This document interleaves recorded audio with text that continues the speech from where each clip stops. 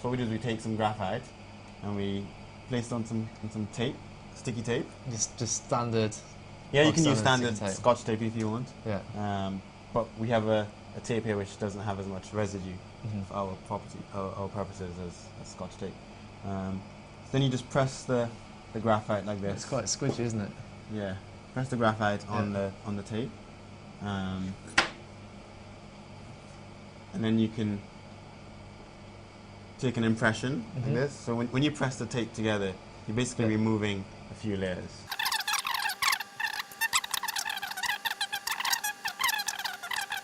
What we then do is we have a piece of silicon.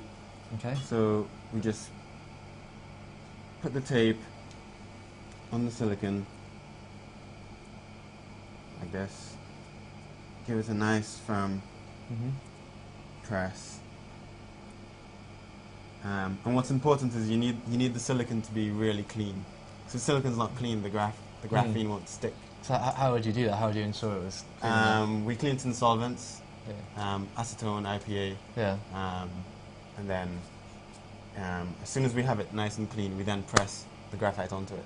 So it doesn't have a chance for any sort of hydrocarbons or water to get on the surface. Is that why we're wearing all this gear as well? Yeah, exactly. Keep the dirt Keep out. it on, yeah, because your fingers are quite oily. Yeah. So once we press the flakes onto the surface, we then just grab the edge of the tape, slowly remove the tape,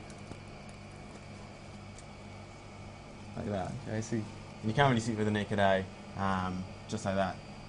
So what we would then do is then transfer the sample to a microscope, where we can have a closer look and inspect the surface. One of the nice things about graphene is that even though it's a two-dimensional material, it's the thinnest material in the world, you don't need an electron microscope or something like that to see it. You can actually see it in the optical microscope.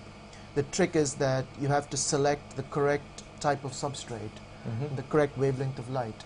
If you match the substrate with the wavelength of light, so in this case we use 300 nanometers of silicon dioxide on top of silicon surface. Yeah. If you use a substrate like that, which is what Branson put the tape down on, and it'll give you the correct contrast that you need to actually be able to see graphene, even though it's such a thin material.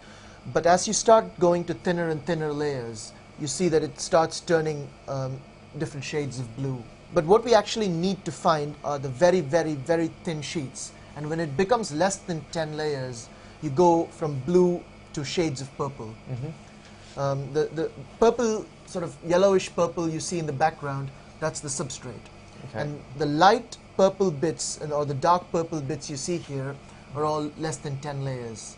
So you can see that there are some bits here which are very, very light purple. That's the thinnest. That's the thinnest. So actually with a bit of practice you can just look at the screen and say, right, that's a single layer, that's a double layer.